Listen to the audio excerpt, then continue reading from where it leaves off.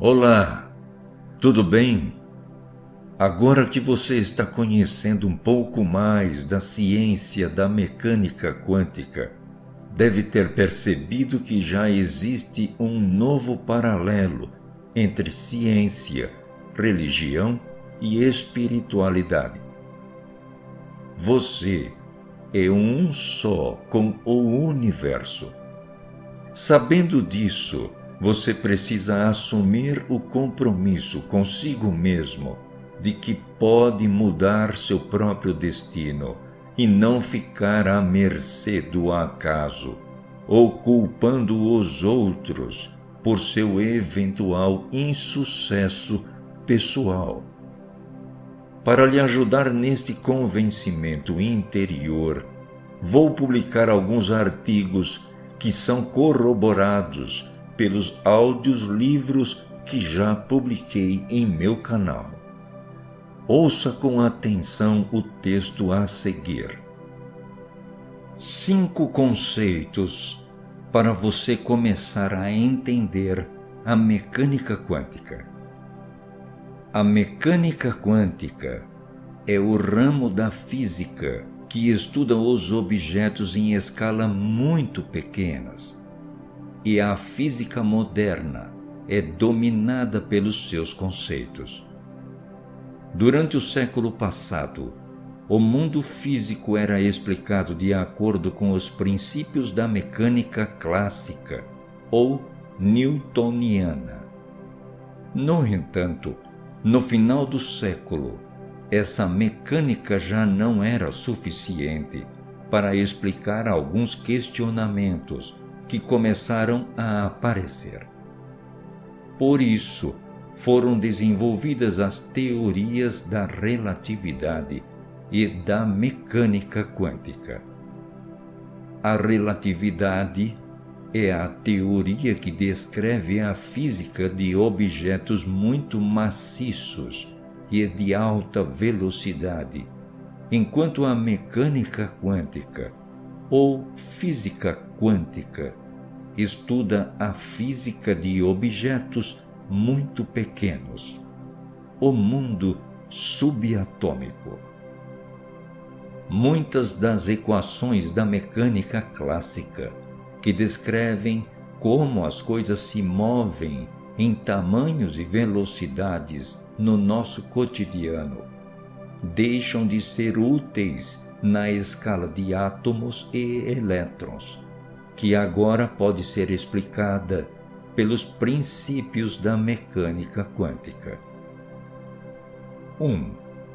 As partículas são ondas e vice-versa. Na escala macroscópica, estamos habituados a 2 tipos de fenômenos, ondas e partículas.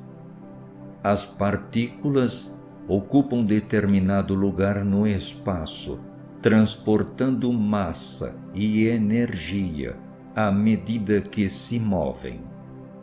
Já as ondas se propagam por todo o espaço, transportando energia à medida que se movem, mas sem massa.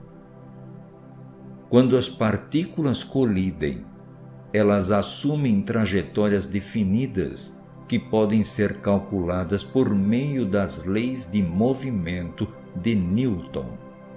Já as ondas, quando passam por fendas, geram novas ondas que, ao colidir, podem se reforçar ou se anular. Porém, na mecânica quântica, essa distinção entre ondas e partículas já não existe.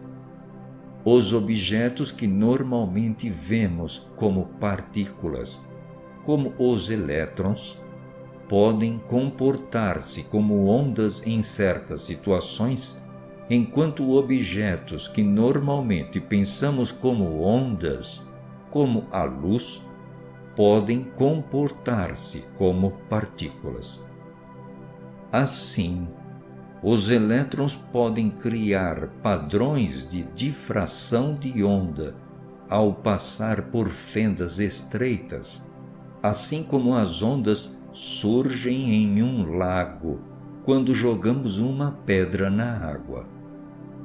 Por outro lado, o efeito fotoelétrico, ou seja, a absorção de luz por elétrons em objetos sólidos, só pode ser explicado se a luz estiver como partícula.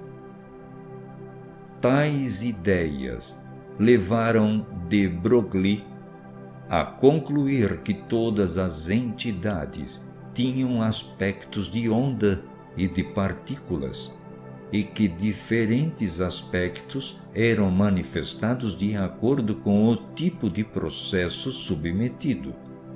Isso se tornou conhecido como o princípio da dualidade partícula-onda. 2. Tudo que podemos saber são probabilidades.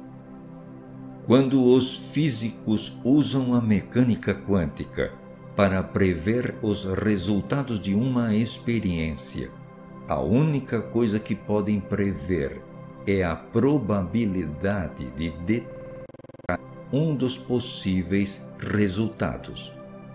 Por exemplo, se fizermos um experimento onde um elétron irá parar no lugar A ou B, ao final, poderemos dizer que existe uma probabilidade de 17% de encontrá-lo no ponto A e uma probabilidade de 83% de encontrá-lo no ponto B. Porém, nunca poderemos dizer com certeza que o elétron definitivamente acabará em A ou em B. Não importa quão cuidadoso seja o preparo de cada elétron, não poderemos saber definitivamente qual será o resultado do experimento. Cada elétron é uma experiência completamente nova e o resultado final é aleatório. 3. A medição determina a realidade. Até o momento em que o estado exato de uma partícula quântica é medido, esse estado é indeterminado. Somente depois que a medição é feita, o estado da partícula será determinado e todas as medidas subsequentes naquela partícula produzirão exatamente o mesmo resultado. Esse é o problema que inspirou o experimento de Erwin Schrödinger, do gato na caixa, que pode estar vivo e morto ao mesmo tempo. O experimento com uma fenda dupla confirma essa indeterminação. Até que a posição do elétron seja medido no lado oposto da fenda, ele poderá existir em todos os caminhos possíveis. Uma partícula quântica pode e vai ocupar vários estados até o momento em que for medida, e após sua medição, ela existirá em apenas um estado. 4. As correlações quânticas não são locais. Uma das consequências mais estranhas e mais importantes dessa física é a ideia de emaranhamento quântico.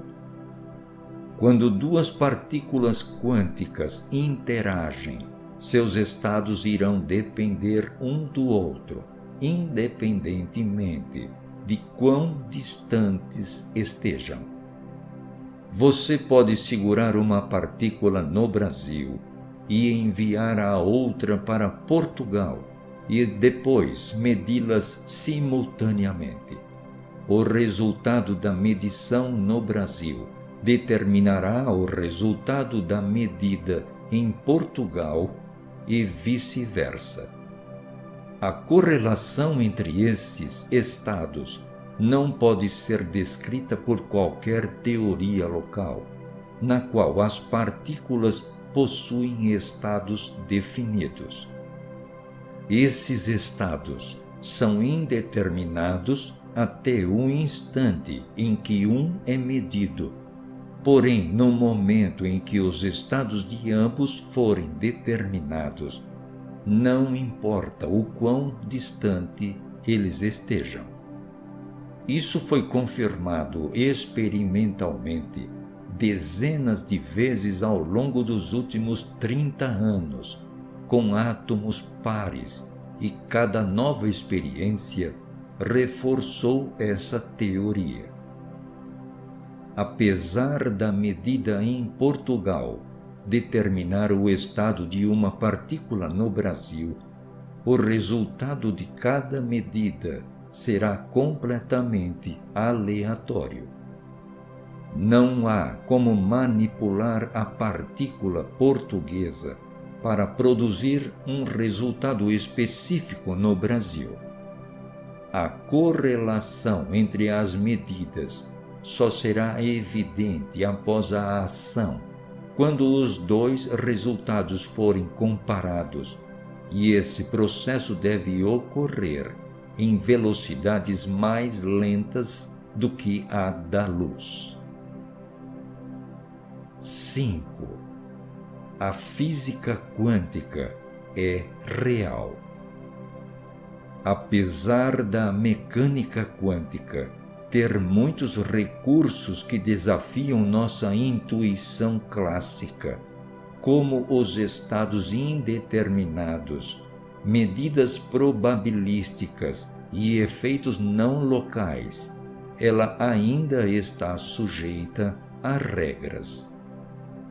Por mais estranhas que sejam suas previsões, a mecânica quântica não contraria os princípios fundamentais da física, ou seja, você não pode explorar os efeitos quânticos para construir uma nave que viaje na velocidade da luz ou inventar a telepatia.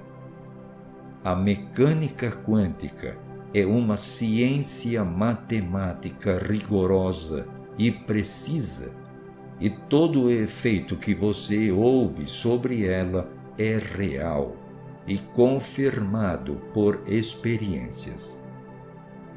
E onde encontro a física quântica no meu dia a dia? A física quântica está ao nosso redor e determina tudo sobre o mundo em que vivemos. O brilho vermelho no metal quando aquecido e a cor da luz de uma lâmpada de neon são devidos à natureza quântica da luz e dos átomos. O próprio Sol é alimentado pela física quântica. Se não fosse pelo efeito quântico, conhecido como tunelamento, o Sol não seria capaz de fundir hidrogênio em hélio, produzindo a luz que permite a vida na Terra. Além disso, os computadores modernos que temos são construídos em chips de silício, que contêm milhões de pequenos transistores. Sem entender a física quântica de como átomos e elétrons agem, seria impossível construir um único transistor e muito menos milhões deles. As redes de telecomunicações modernas, como a internet, também dependem da mecânica quântica. Nelas, as informações são transmitidas por meio de pulsos de luz que viajam por cabos de fibra óptica. Esses pulsos de luz são produzidos por lasers de diodo que usam pequenos chips de semicondutores para gerar feixes intensos de luz. A construção dos lasers que carregam a internet seria impossível sem entender a física quântica dos semicondutores e a natureza quântica da luz. Ou seja, muito da tecnologia que temos hoje em dia existe graças à mecânica quântica. O texto do site hipercultura.com. A leitura por J. Carlos de Andrade e a publicação exclusiva no canal J. Carlos de Andrade CLW no YouTube. Muito obrigado.